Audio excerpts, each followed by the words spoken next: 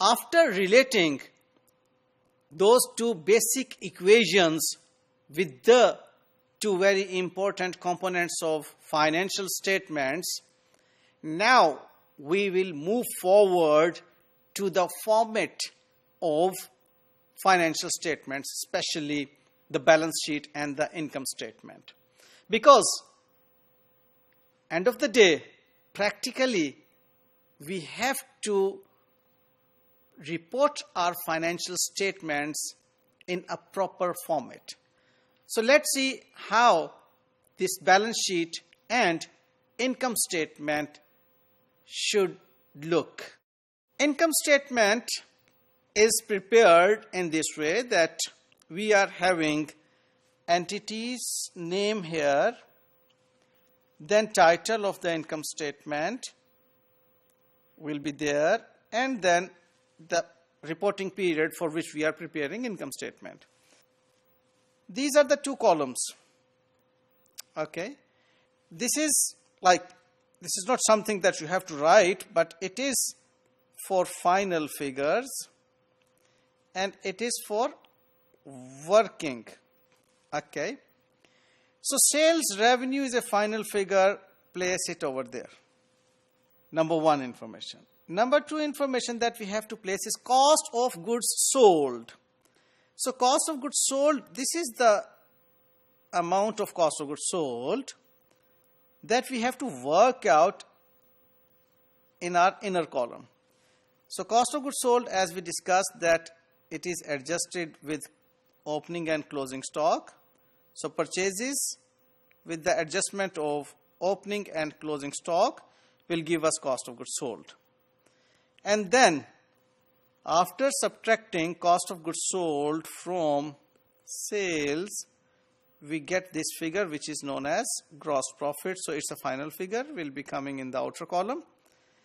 We will subtract expenses, all operating expenses from it. If we need to do its working, it will come over here. And then after subtracting operating expenses, we will get this operating profit. And then we shall add other income, which will give us net profit. Conventionally, whenever you are closing some information, always put double underline. This is conventional. Okay. Well, so we will discuss each of these items in the notes, that how these information are prepared and placed over here. So cost of goods sold is in fact calculated after making adjustments of opening balance of stock and closing balance of stock in the purchases. Look, we have discussed this thing in the earlier module, that all the goods purchased are not sold. What happened? If we will put all the goods purchased against the sales, it will not match. Because in the current period, some of the stock that was not sold in the previous period would be sold in this current period. So the stock that was in fact purchased in the previous period, its cost is matching against the sales income of current period. Therefore, that opening stock should be included in the purchase of the current period. And if there is some unsold stock which was purchased in the current period, but we could not sell that in this current period, the cost of that stock should not be subtracted from the sales. That's why that should be subtracted from the purchases to calculate cost of goods sold. Just see the previous slide. You see here that cost of goods sold is being prepared with the adjustment of opening and closing stocks. Then we are getting this cost of goods sold, which is matching with the sales amount.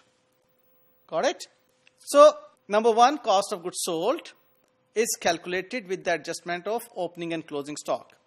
Then we get gross profit.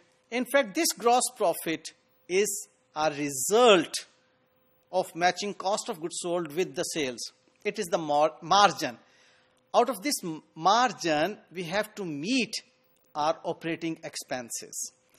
So, the operating expenses, in fact, these include our administrative expenses and selling and marketing expenses.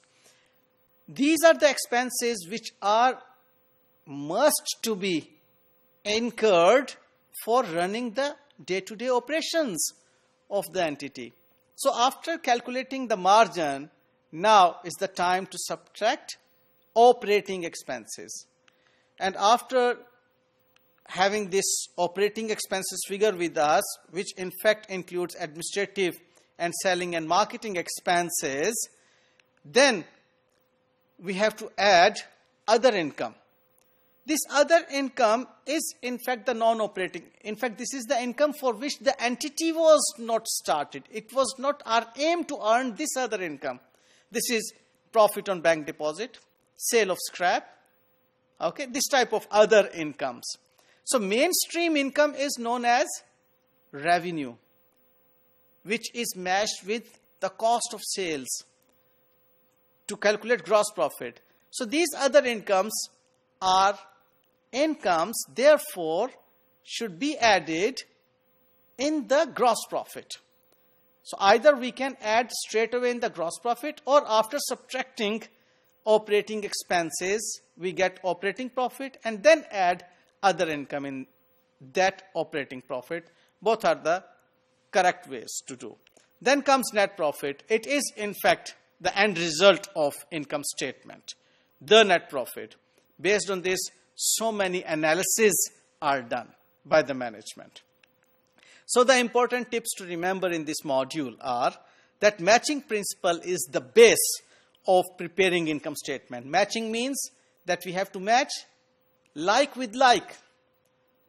We have to match like with like. The expenses against which we have earned income should be subtracted from the income. The cost that has not expired, like closing stock, although we have purchased those goods in the current year, but since those were not sold, therefore these will not be subtracted from the incomes of the current year based on the matching principle. And then cost that expired is expense. This is the base. Cost that has not expired would be your asset. That's why closing stock is shown in the balance sheet as an asset.